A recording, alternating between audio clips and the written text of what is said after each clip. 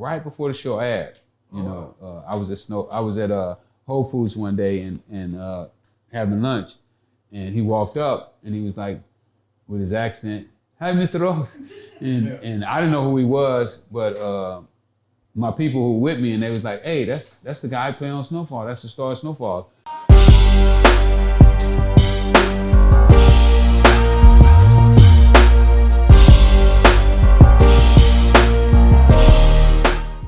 So I got a question because and I hate it because I love the show. But when I heard about what they did to you, I feel some type of way.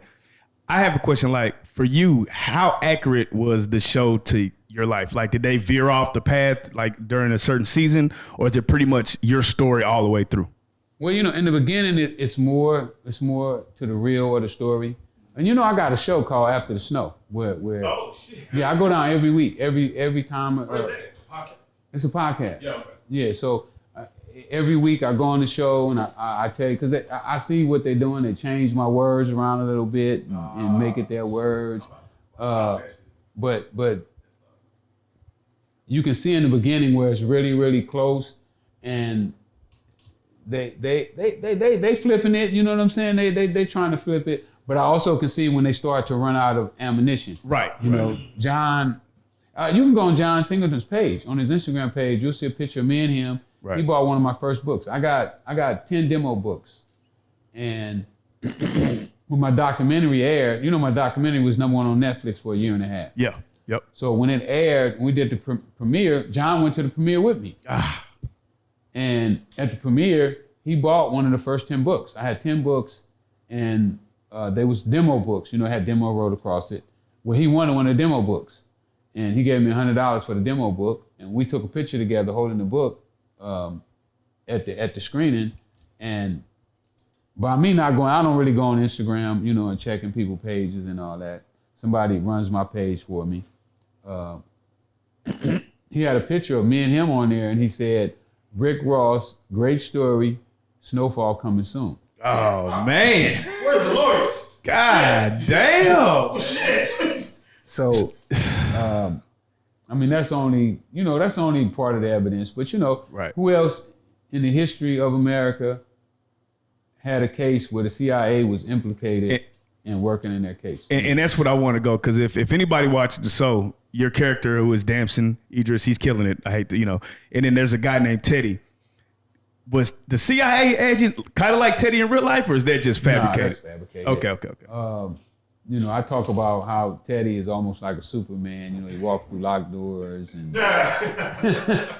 Just move around as you please. yeah. He's just doing so much. And even with Franklin, I had lunch with Franklin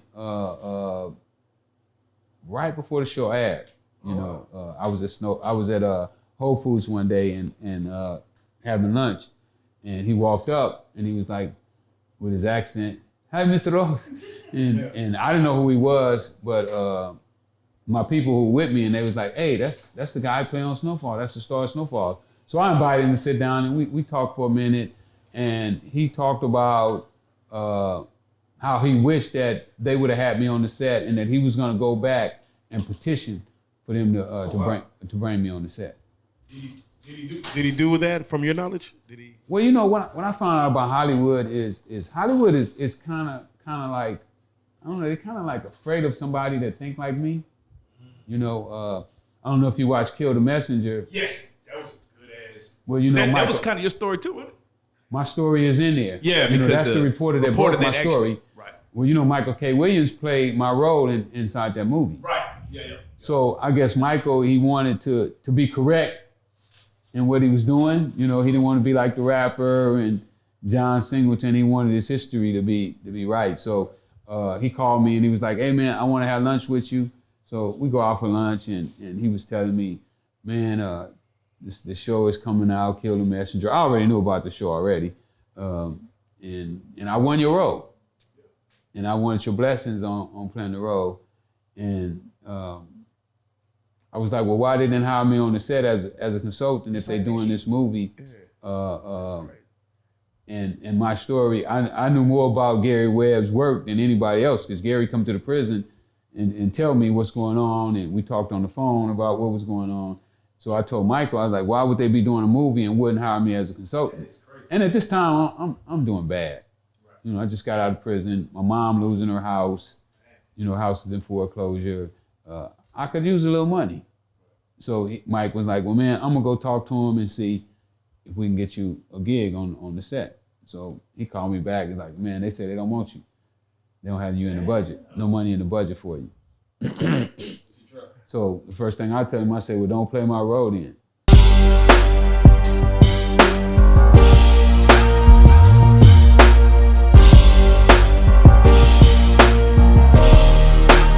Shout out Reallyfe Street Stars, nigga.